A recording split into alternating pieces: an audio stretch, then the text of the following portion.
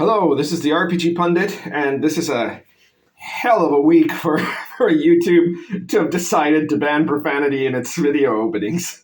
So you know that I am a certain type of internet lord, but apparently I can't say it in the opening anymore. So there we go. But yeah, this is the final boss, the RPG Pundit, the final boss of RPGs. There we go.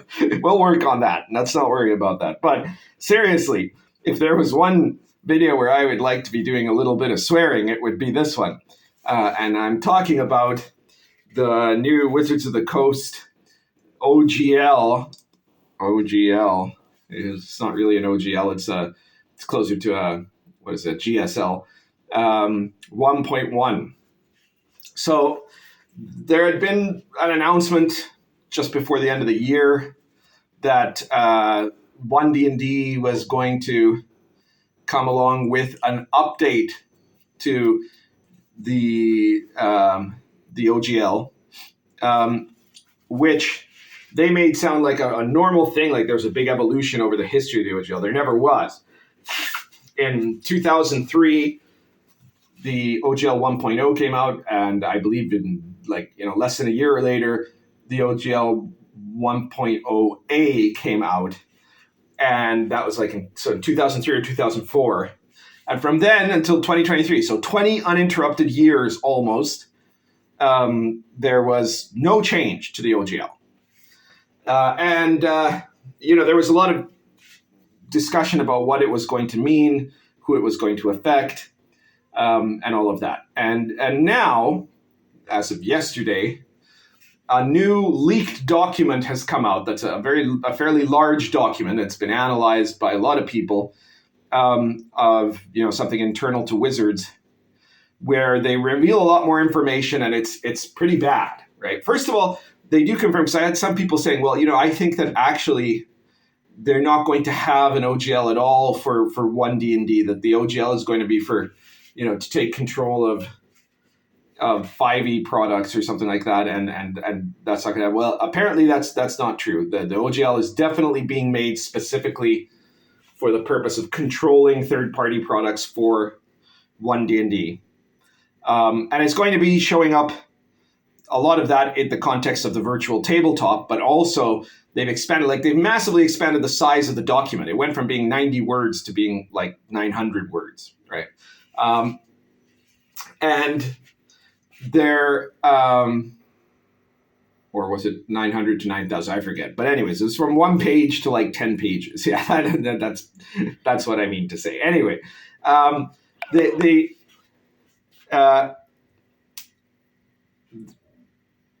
real purpose of it is going to be so that Wizards of the Coast can control and own, basically, any third-party material that gets created either on the virtual tabletop or as a third-party publisher product. So if you want to make stuff for 1D&D, you're going to have to agree to the OGL 1.1.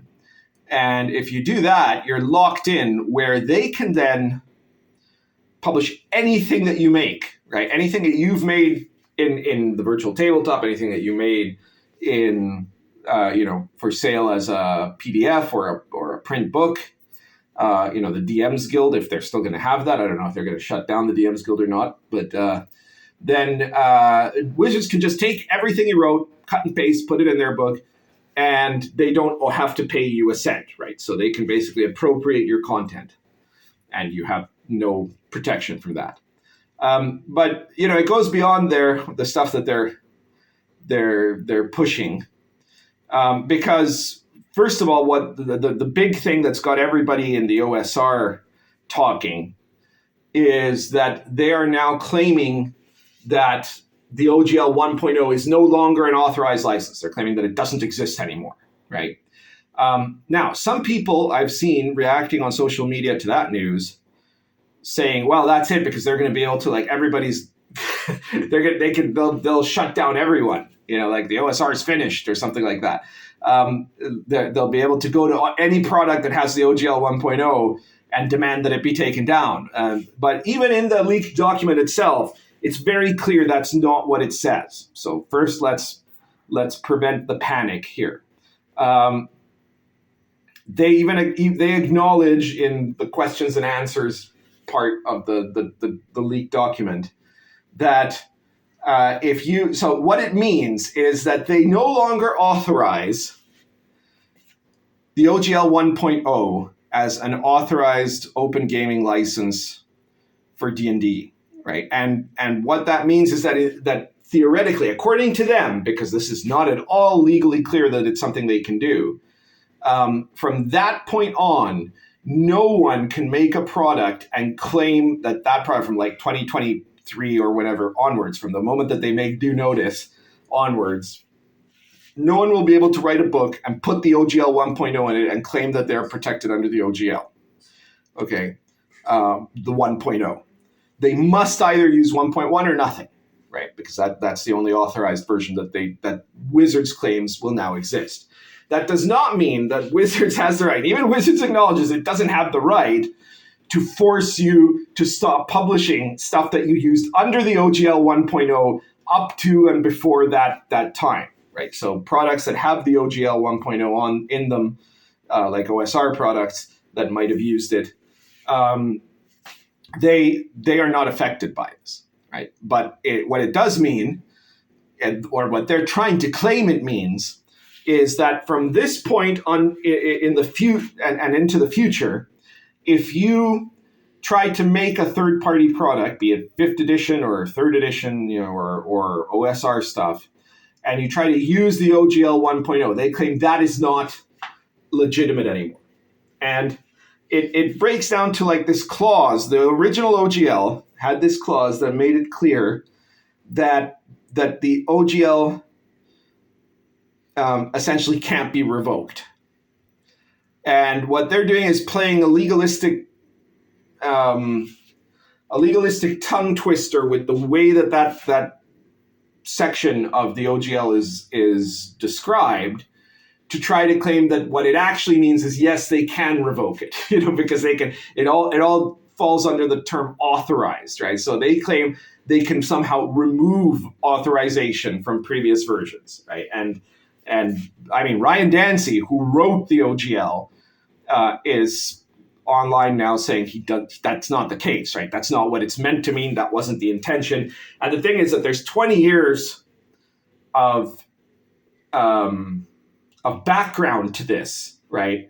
20 years of precedent of Wizards of the Coast recognizing the authority of the OGL, right? So and lots of conversation that was made very public at the time that Wizards of the Coast, before it was owned by Hasbro, produced the OGL, where they were talking very transparently about what it meant. In fact, there's a section of Wizards' website that has been recovered from 2004, I think it was, or 2008, I forget which one, but somebody posted it on Twitter, where on the Wizards website, it explicitly says the OGL can never, we do not have the power to revoke it. It can never be revoked, right? So if this ever went to a court case, it would be very much in dispute what Wizards is trying to argue. But again, for starters, they're not trying to argue that if you published an OSR book and used the OGL 1.0 in 2012, that they can now force you to shut down that book, right? Like that's not what they're saying. They are claiming,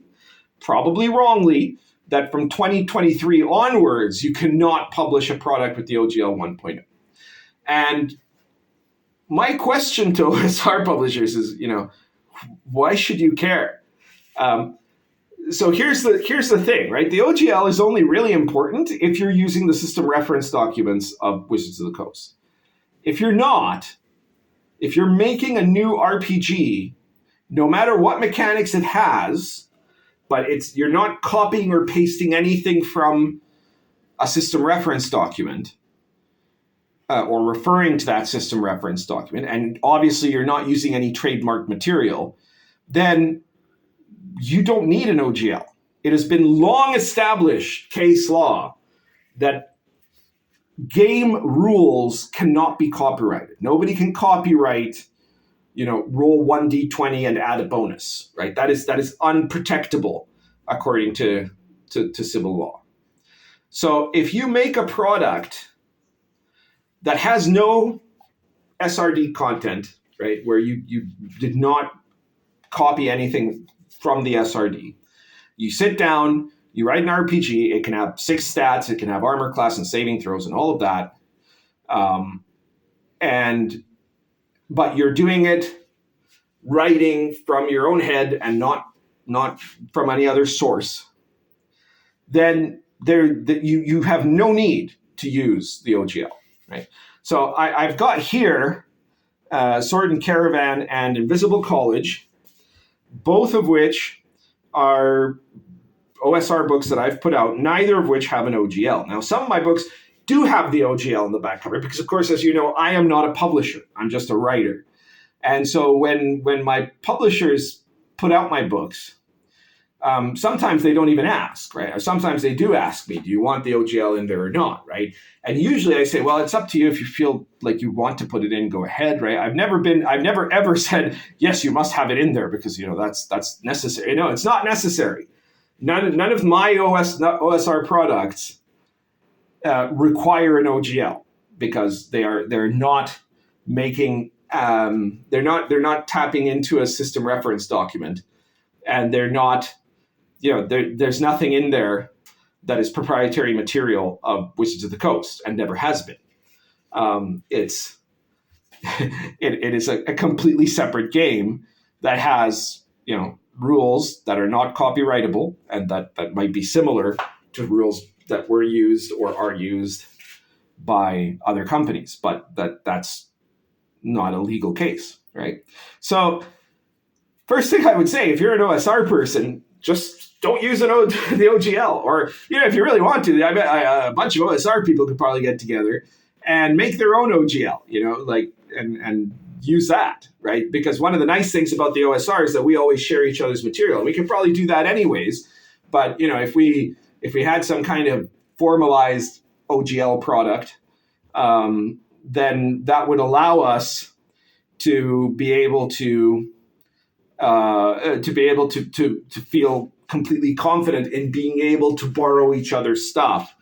Again, it probably wouldn't be legally required, but we could do it that way, right? I mean, it might be required if it's like you're copying stuff from settings or playing something set in someone else's setting, right? Like I've always told everybody that's an OSR publisher that if you want to make a product, for example, that is compatible with the Invisible College. I have a guy who is specifically contacted the publisher, or I think he contacted me first, and then I told him go to the publisher, but he wanted to do a set of rules that I hope are still coming out, I don't know, but that are going to have like more realistic gun combat and modern body armor for the Invisible College, because he felt that was one weak spot in my product. Okay, I'll acknowledge it. I'm not, I'm a very pro-Second Amendment guy, but I'm not a gun guy myself, and I'm not all that interested in going into deep research to try to do what I think are accurate mechanics for modern guns, ammo, and body armor, right? So I made it a very simple set of mechanics.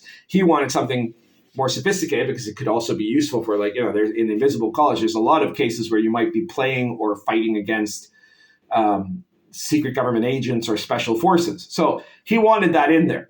And he said, can I do this? Would I have to do something? I'm like, no, you could just do it. But, you might want to get in touch with the publisher because he might want to publish it for you if you do it. He said, oh, okay, great. Apparently that's going to happen.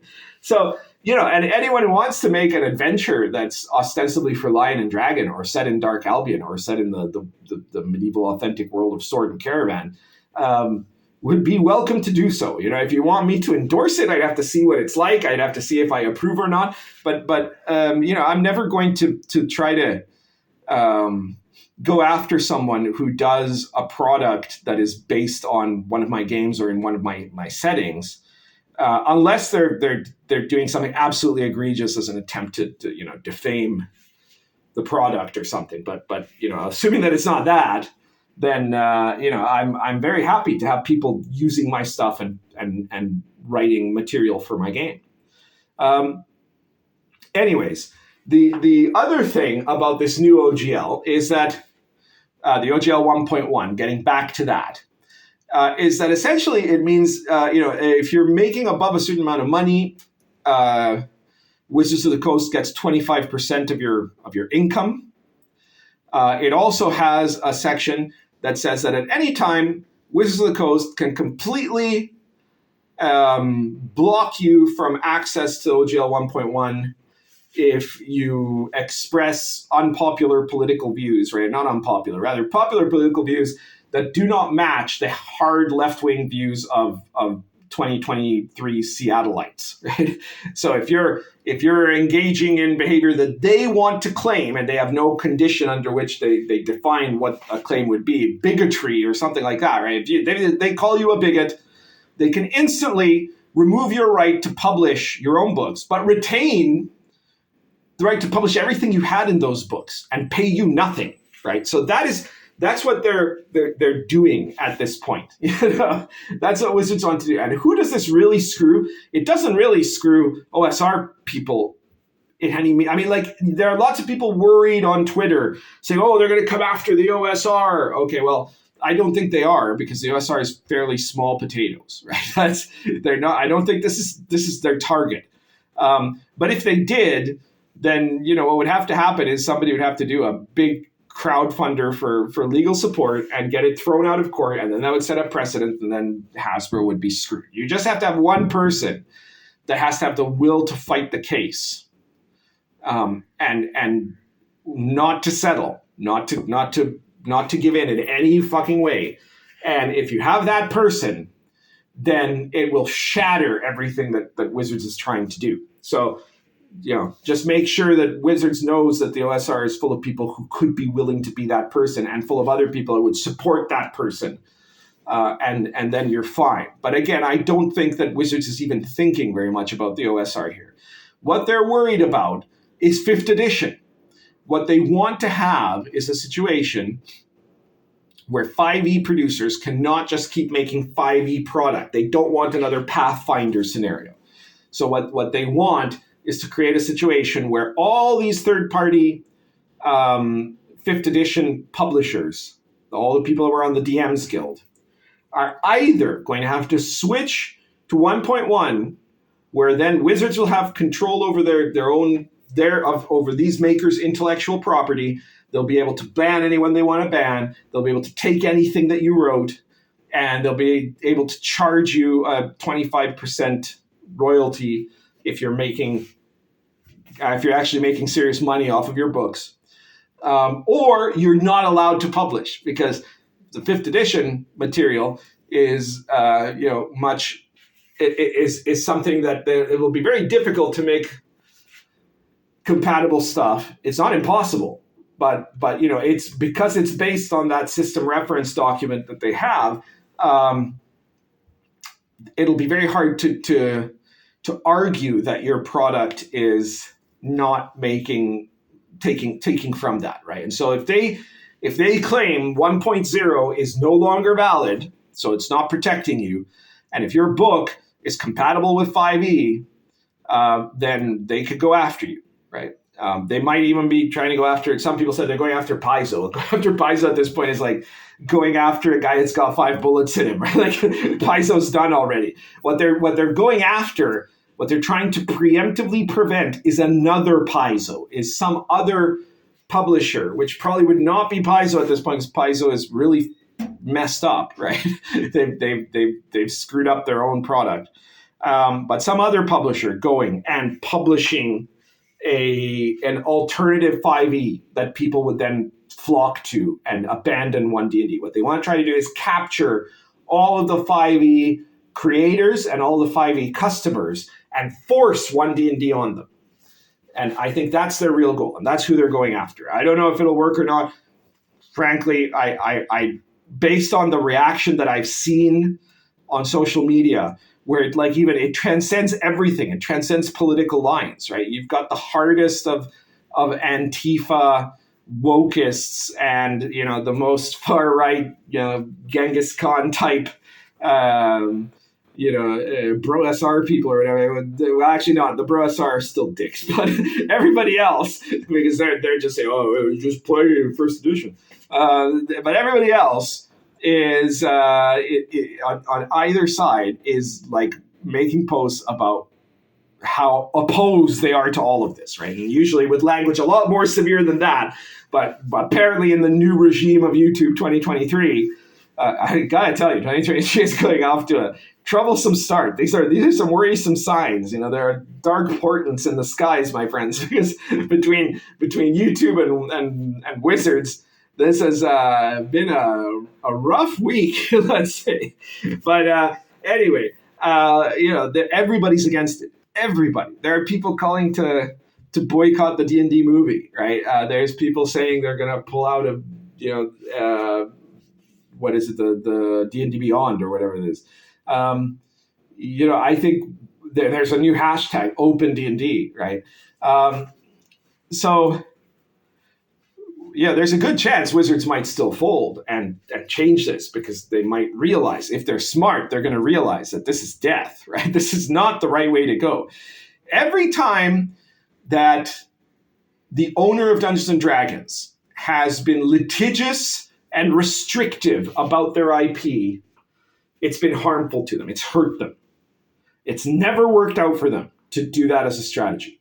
And every time that they've opened up more, like when the OGL 1.0 came out, that created a boom. When they shut it down in 4th edition with this GSL that was proprietary, people abandoned the game. When they opened up again with the OGL in 5th edition, the biggest boom for Wizards in that company's history, right? So you would think that this is a very clear and simple lesson for them to look and to follow, but corporate suits are not that bright. If not, they'd be academics or something. They're people who think they're really bright, and usually they make terrible mistakes. So that explains the entire globalist system. Anyway, I guess that's everything for today. We'll keep informing you if more news emerges. My message in short is, if you're an OSR person, do not panic. You can just make products without an OGL. Like that. Some people said, oh well, but drive-through will not support it, right? Like, well, I don't know. Drive-through hasn't said anything that I know of yet. But if drive-through doesn't support it, that's going to be doom on them too, because that you want to create an alternative to drive-through. That's what's going to create an alternative to drive-through. If they suddenly start removing their entire, let's say that they went nuts, and on D&D's command, or Wizards' command rather, they removed the entire DM's Guild that wasn't the new DM's Guild, which is going to have no one in it, right? Or very, very few people are going to agree to these terms.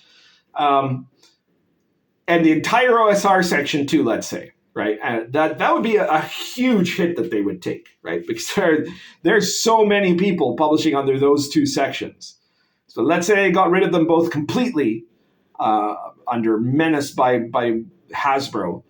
Well, all those people are going to go somewhere. So that'll be the moment that somebody will make the investment of making a decent RPG publishing site that will do print and PDF, and will end up capturing all of that as the starter market, and so that will give it the push it needs, and suddenly it'll be hugely competitive with drive-through, because drive-through will have lost all those titles, and they will have all these titles as a place to start. And of course it might still be the more indie place or whatever, but it'll still that is still a way for somebody to make a real business out of it, right? So you never know what the results of things might be. Could be good, could be bad, but I'm not going to panic over a very poorly thought out strategy by Hasbro.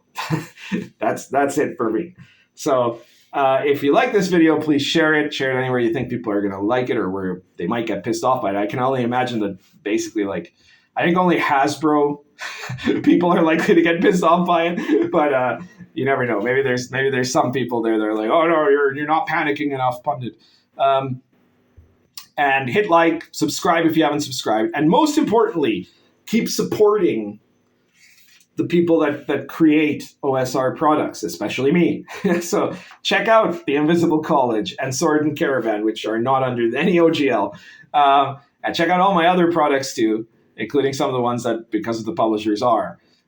Check out all of the RPG Pundit Presents series. There's 108 different issues there. They're all from 99 cents to $4.99, so they're really cheap, but you also get something. You're supporting me, but you're getting something that you can use in your game. Everything that I make is about playing, right? It's gameable. It's not about political indoctrination. It's not about being showy so you can put it on a coffee table and never use it, right? It's about being usable and playables. A lot of them are very pretty anyways, like these books, but they're about playing. So if you like material that you can bring into any campaign of yours, check it out and check out all the rest of the OSR.